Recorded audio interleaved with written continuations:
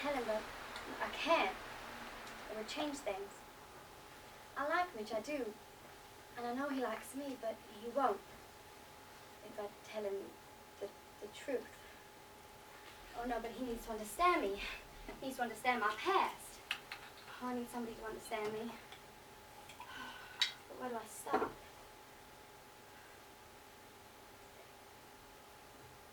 Or maybe if I... No, that wouldn't work. Or if I just said it. No, you can't just say it, no. What? Yes. Right.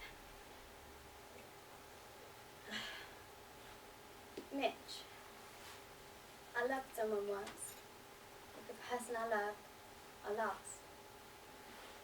He was a boy, just a boy, and I was a very young girl.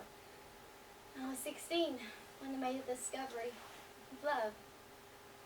All at once, and much too completely. It was like you suddenly turned a blinding light on something that had always been a half in shadow. That's how it struck the world for me. That's how he struck the world for me. We had such fun together, and I'd never felt that way about anybody before. But I was unlucky. Deluded, even. Because there was something different about the boy. A nervousness, a softness, a tenderness, which wasn't like a man's, although he wasn't effeminate now. I tried not to notice it, just to be a good wife and ignore it, but still, that thing was there. But I didn't know he'd come to me for help.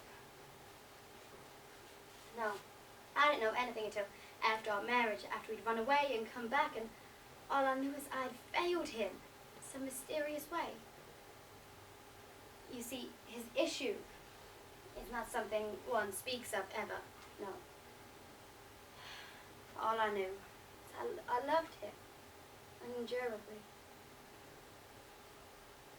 That was the problem.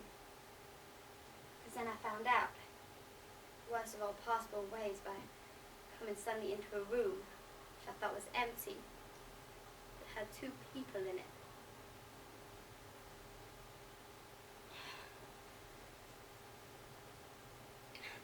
Afterwards, we drove out to Moonlight Casino. We were laughing all the way. We danced with Suviana. That was the last night we were truly happy. But then it happened. In the middle of the dance, the boy I'd married broke away from me and ran out. A few moments later, there was a shot.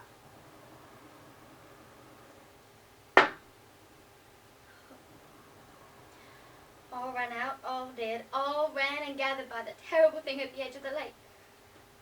I couldn't get any closer, and somebody grabbed my arm and said, Don't go any closer, you don't want to see. See what? I always knew it was Mitch even before they yelled out his name. But I just couldn't believe it. I wouldn't believe that my husband was torn out of this world so brutally.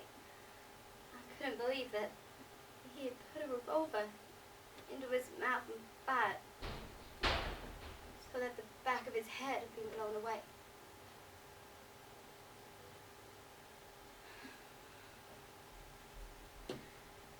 But the worst part of that day wasn't the fact that I'd been hurt and lied to and betrayed, and I found I didn't even know who I was married to all those years. But the worst part was that it was my fault.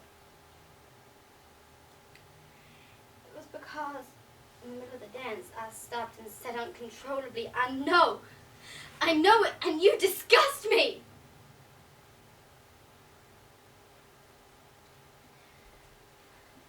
The last words my husband ever heard from me were words of hate and anger, and they weren't even true. No, of course they weren't true. I still loved him. I'd always loved him. But it was too late. But that lie, that had been turned on in the world was turned off again. And it never came back.